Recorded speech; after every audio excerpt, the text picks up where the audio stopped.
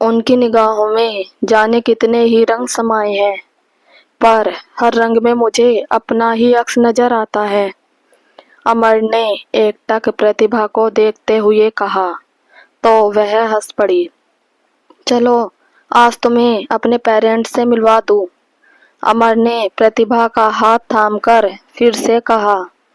प्रतिभा खुशी से चीख पड़ी। सच? उसके चेहरे पर शर्म की लाली बिखर गई। माहौल में और भी रंग भरते हुए अमर ने कहा, सोचता हूँ लगे हाथ उनसे हमारी शादी का दिन भी तय करवा लूं। प्रतिभा ने हौले से पलके उठाते हुए कहा, सीधे शब्दों में कहो ना कि तुम मुझे प्रपोज कर रहे हो। इतने निराले अंदाज में तो कभी किसी ने प्रपोज नहीं किया होगा। प्रतिभा की बात सुनकर अमर हंस पड़ा, फिर गंभीर होते हुए बोला, सच प्रतिभा, बहुत प्यार करने लगा हूँ तुम्हें और तुमसे जुदा होकर जीने की बात सोच भी नहीं सकता। इसलिए चाहता हूँ जल्द से जल्द हमारे रिश्ते को घर वालों की भी स्वीकृति मिल जाए। जरूर मिल जाएगी स्वीकृति। तुम बताओ कब चलना है? कल कैसा रहेगा? एक्चुअली कल सैटरडे है। सुबह निकलेंगे तो शाम से पहले ही लखनऊ पहुंच जाएंगे, फिर संडे वापस दिल्ली। Very good.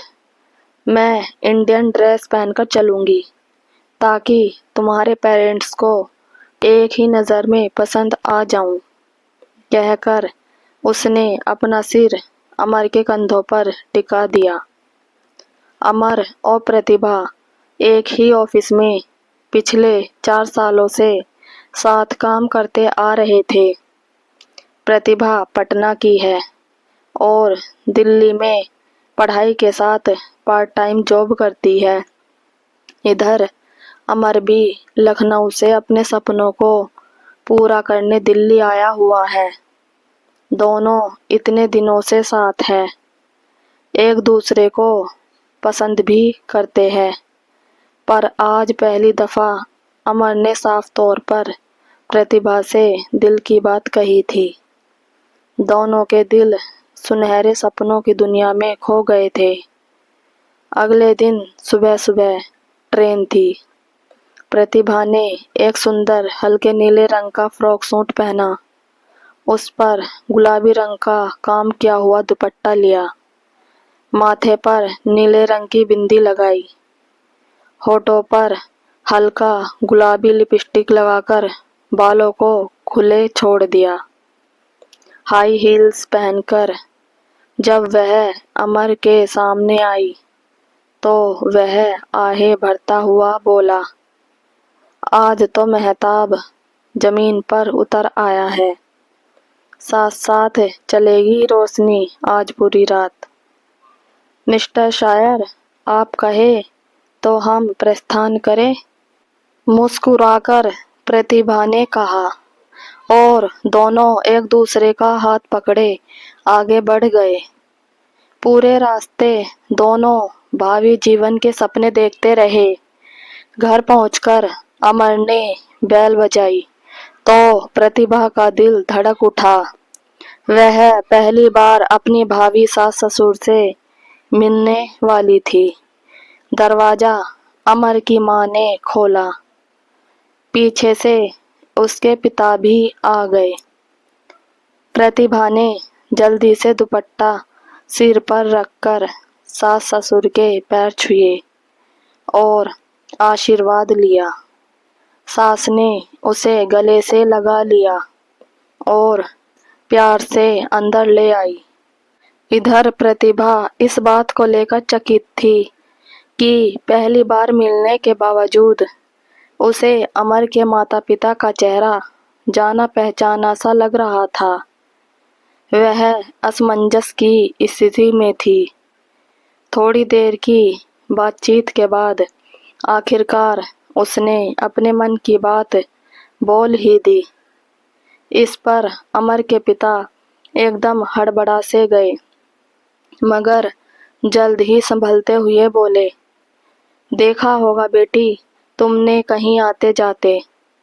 फिर बात बदलते हुए पूछने लगे, तुम पटना में कहाँ रहती हो? जी कंकरबाग में। जवाब देकर प्रतिभा ने फिर सवाल किया, पर अंकल आप दोनों तो लखनऊ में रहते हो और मैं दिल्ली में।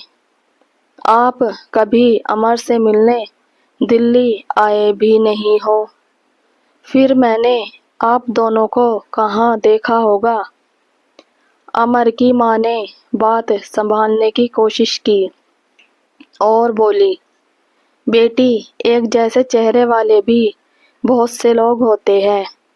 वह सब छोड़ और यह बता कि तुझे पसंद क्या है, वही बना देती हूँ। प्रतिभा तुरंत उठ गई और बोली, अरे आंटी आप बैठो, मैं बनाती हूँ ना। इसके बाद प्रतिभा ने कोई सवाल नहीं किया। खाते पीते और बातें करते करते कब रात हो गई पता ही नहीं चला। सास ने प्रतिभा को अपने कमरे में सोने के लिए बुला लिया। प्रतिभा ने टेबल पर रखी तस्वीरें देखते हुए पूछा, आंटी जी अपनी पुरानी तस्वीरें दिखाइए ना, और आप दोनों की शादी की तस्वीरें भी। अरे बेटी अब पुरानी तस्वीरें कौन निकाले, अंदर कहीं संदूक में पड़ी होगी। और वैसे भी हमने कोर्ट मैरिज की थी। Court marriage? क्या बात है आंटी, उस जमाने में आपने कोर्ट मैरिज कर ली? अब चल सो जा प्रतिभा, पुरानी बातें याद करने से क्या फायदा। कहकर सास करवट बदलकर सो गई। इधर प्रतिभा सोच में डूबी रही। अगले दिन दोनों दिल्ली के लिए वापस रवाना हो गए। प्रतिभा के मन में अभी भी कुछ उलझने थी, मगर अमर बहुत खुश था। प्रतिभा को लेकर उसके माँ बाप का रिस्पॉन्स पॉजिटिव जो था। प्रतिभा ने अपने मन की बात अमर को नहीं बताई। वह उसकी खुशी में कोई बाधा पहुंचाना जो नहीं चाहती थी। दिल्ली पहुंचकर प्रतिभा ने नेट पर खोज खबर निकालने की कोशिश की, मगर कुछ पता नहीं चला। फिर उसने अमर के माँ बाप के साथ अपनी फ़ोटो अपने पेरेंट्स को शेयर की और लिखा, यह फ़ोटो मेरे सबसे अच्छे दोस्त के मम्मी पापा की है। उनसे पहली बार मिलने के बावजूद उनका चेहरा मुझे जाना पहचाना सा लगा। क्या आप इन्हें पहचानते हैं? प्रतिभा के पिता ने जवाब दिया, चेहरे पहचाने से लगते हैं, पर याद नहीं आता कि कौन है। जवाब पढ़कर प्रतिभा चुप रह गई। धीरे धीरे यह बात उसके दिलो दिमाग से उतरती गई। कुछ दिन बाद गर्मी की छुट्टियों में प्रतिभा ने अपने घर पटना जाने की तैयारियां शुरू कर दी। पटना जाने को लेकर वह उत्साहित थी, मगर अमर से बिछड़ने के एहसास से मन भारी भी हो रहा था। किसी तरह अमर से विदा लेकर वह ट्रेन में बैठ गई। सारे रास्ते वह अमर और अपने रिश्ते को लेकर सोचती रही। अब वह अमर के बिना जीने की कल्पना भी नहीं कर सकती थी। पिछले कुछ दिनों में अमर उसके दिल के बहुत करीब आ गया था। पटना जंक्शन पर उतरते ही उसका दिमाग दिल्ली की गलियारों को भूलकर पटना की सड़कों पर आ टिका। अपने घर के आगे रुकते ही पुराना समय आंखों के आगे नाचने लगा। जब स्कूल में पढ़ने वाली प्रतिभा अपने घर आंगन को गुलजार रखती थी, वह मम्मी पापा की इकलौती लाडली बिटिया जो थी। दरवाजा खोलते ही माँ ने उसे गले से लगा लिया। अपने कमरे का दरवाजा खोलते ही पुरानी यादों के साए फिर से उसके मन को छूने लगे। बैग एक कोने में पटक कर वह बिस्तर पर लुढ़क गई। 2 दिन प्रतिभा ने जमकर आराम किया और मम्मी पापा को अपनी नई जिंदगी से जुड़े किस्से सुनाए।